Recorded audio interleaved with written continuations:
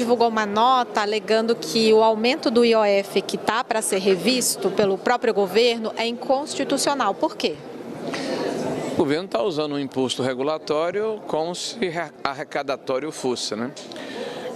O governo ele pregou uma peça no país quando apresentou um orçamento de ficção, onde ele superestimou receitas, no caso do CARF, já é o segundo ano, quer dizer, ele não pode dizer que foi surpreendido, o ano passado também cometeu esse mesmo deslize, para a gente ser mais sutil, esse ano mais de 20 bilhões de reais do CARF, também subestimou despesas, que é o caso da Previdência, do BPC, a questão do pé de meia, né? Eram 12 bilhões, só colocou 1 bilhão no orçamento, né? Omitiu recursos ligados, por exemplo, ao fundo de compensação da reforma tributária, são mais de 8 bi, e alegou que teríamos um superávit de 15 bilhões de reais, quando de fato, né, pelas próprias contas do governo, até esse momento já temos aí um déficit de quase 70 bi.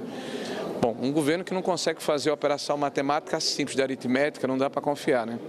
E o pior é que não é a primeira vez. Mas o Haddad, ele já disse publicamente que entende muito pouco de economia, né? Mas o pior é que ele é o ministro da Fazenda do Brasil. Então nós soltamos uma nota para dizer o óbvio, né? Que o IOF, da maneira como ele se encontra, é inconstitucional, porque deveria se buscar um imposto que levasse em consideração a questão da arrecadação e não utilizasse para isso do imposto arrecadatório que desorganiza a cadeia produtiva brasileira, porque não leva em consideração a anterioridade nem a noventena.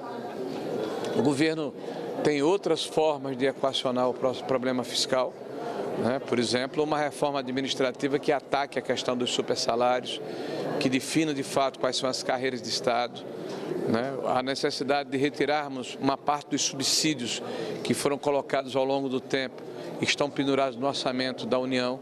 Você está falando de quase 800 bilhões de reais e o governo alega que precisa de 50 bilhões de reais, então veja que está faltando vontade política, né? O fato de que o governo criou uma armadilha para si mesmo, quando determinou, através das mudanças feitas no arcabouço, de que as receitas que vão definir, né, a atualização de recursos do piso da saúde e da educação, e as receitas têm crescido acima da inflação, né, porque o governo tem buscado, numa sanha arrecadatória, receitas não recorrentes, né, feito o seu Frankenstein, o seu puxadinho. Então, o próprio governo anunciou, através da Lei de Diretrizes Orçamentárias, que o país quebra em 2027, que não há recursos para fazer frente ao piso da saúde e da educação, que não há recursos discricionários para continuar os investimentos no PAC, que não há recursos para sustentar o esforço da máquina pública, mas que qualquer alteração fiscal só ocorreria em 27. Então, o governo veio aqui ao parlamento e disse o seguinte: o piloto sumiu, aperta os cintos, quem sair por último fecha a porta e apaga a luz, e a culpa é do governo anterior. Então, é evidente que a oposição não pode compactuar com esta irresponsabilidade, com essa leviandade, com essa falta de atenção às contas públicas, que tem sido uma marca do governo do PT. Senador, o decreto do IOF prevê um aumento para várias operações financeiras. O governo, o ministro Haddad sinalizou recuar em alguns pontos.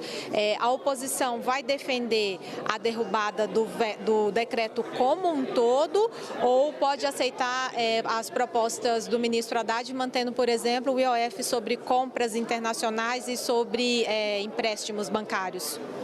Olha, nós entramos aqui com um projeto, um decreto legislativo, onde pedimos a derrubada integral dessa estrovenga que o governo apresenta, que é o IOF, né, que é a majoração das alíquotas do IOF. O governo, de fato, ele acena para quem vai investir no Brasil que não é um bom negócio chegar aqui no país e colocar o seu recurso.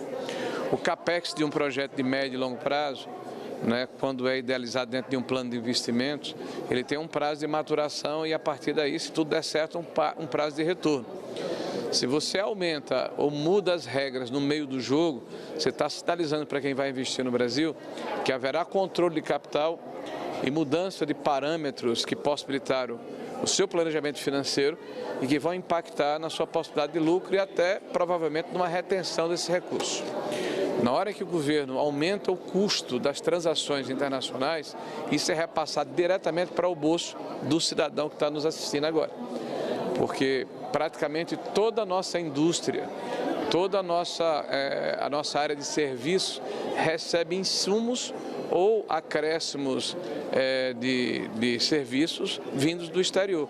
E isso vai ser acrescido no custo e, por sua vez, repassado para o preço. Além do que o aumento do IOF, como foi colocado no início, ele destrói também ou arrefece a possibilidade de termos aqui uma indústria ligada, uma indústria financeira ligada à questão, né, dos fundos previdenciários. Então é um completo desastre, descalabro de quem não entende que quando se mexe numa peça, no caso da economia, você mexe no xadrez inteiro. Então, se o governo estiver disposto a fazer cortes dentro do orçamento, inclusive do tal do PAC, né, que é uma cortina de fumaça que pela terceira vez o Lula oferece ao Brasil, que é um prato requentado e azedo, né? Os 2 primeiros PACs tiveram como resultado milhares de obras paralisadas, malversação de recursos públicos, corrupção generalizada, falta de planejamento, mas o PT oferece mais do mesmo com o terceiro PAC. Então, corta recurso do PAC, faz a reforma administrativa, começa a se fazer uma avaliação das políticas públicas para se diminuir de forma organizada os subsídios ao longo dos próximos 2 anos, né? Resolve essa questão da indexação do piso da saúde e da educação, que é uma espécie de armadilha que retroalimenta a dificuldade discricionária de orçamento por parte do governo. Começa a falar a verdade à população brasileira, tá? Tenha mais respeito pela questão fiscal, porque a consequência vai ser a diminuição dos juros, o controle da inflação, a melhoria do ambiente econômico e a atração de investimentos que geram emprego e renda no país. É simples assim. Perfeito. Obrigada, ok? senador.